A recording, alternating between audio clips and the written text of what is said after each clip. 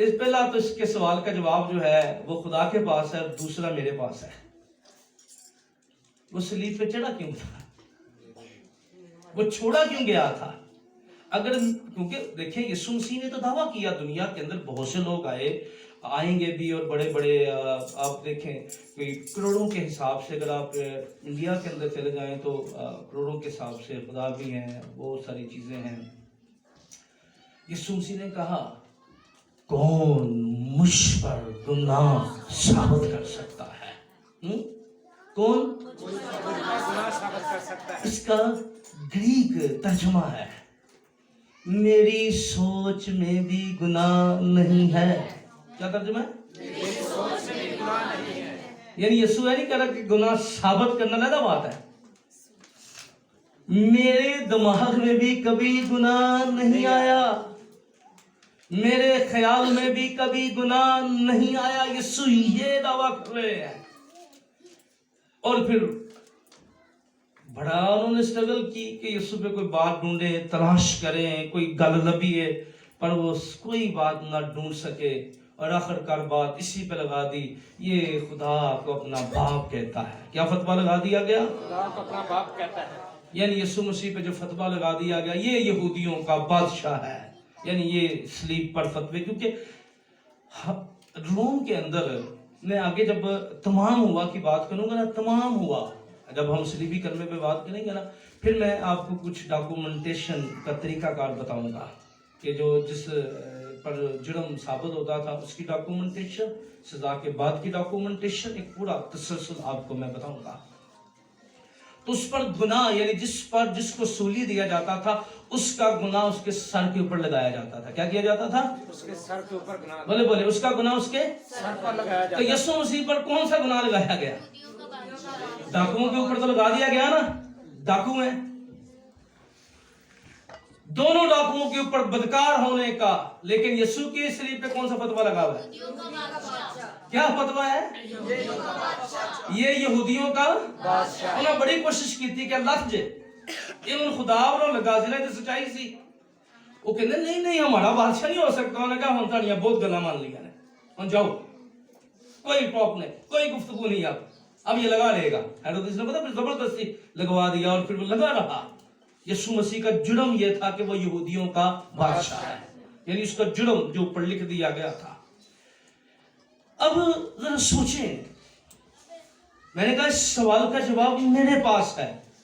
یسوع پوچھ رہا ہے خدا. اور دیکھیں میں ایک اور بات آپ کو بتانا چاہتا ہوں, میں کافی چیزیں جو تھی وہ کی اب محدود وقت کے اندر. اچھا چلے, یسوع مسیح نے ہمیشہ پرسنل طور پہ جب وہ یسوع مسیح مخاطب ہوتے تھے باپ سے تو یسوع مسیح نے کبھی بھی پرسنل بلاتے ہوئے یا اپنی بات کرتے ہوئے کبھی بھی خدا کا لفظ استعمال نہیں کیا تھا. یعنی منادی کر دیا کیتا سے آپ کیا کرو سارے دل ساری جان سے کیا کرو اپنے خدا سے جو خدا کیا وہ خدا کو دو. یعنی یسوع نے خدا کا لفظ استعمال کیا. خدا کا لفظ نے عہد نامہ میں 1343 دفعہ تقریباً آگے ایک دو آگے پیچھے ہو سکتا ہے یا ایگزیکٹ تقریباً اس لیے استعمال کیا, کاؤنٹنگ ہے نا تو کاؤنٹنگ. اچھا اب متی کے اندر میں نے جب اس کو دیکھ رہا تھا 53 دفعہ لفظ خدا استعمال ہوا. کتنی دفعہ؟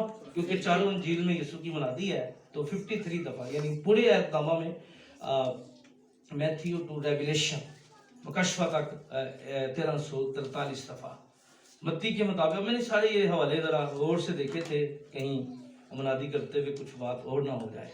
تو متی کے اندر 53 دفعہ, 53 دفعہ, مرکز میں 50 دفعہ, لوکا میں 126 دفعہ یا 120 دفعہ کیونکہ اپنے بھی نہیں سمجھ آتی لکھی ہوئی, اور یوحنا میں 79 دفعہ 69 دفعہ جو ہے وہ یہ لفظ خدا استعمال ہوا تھا.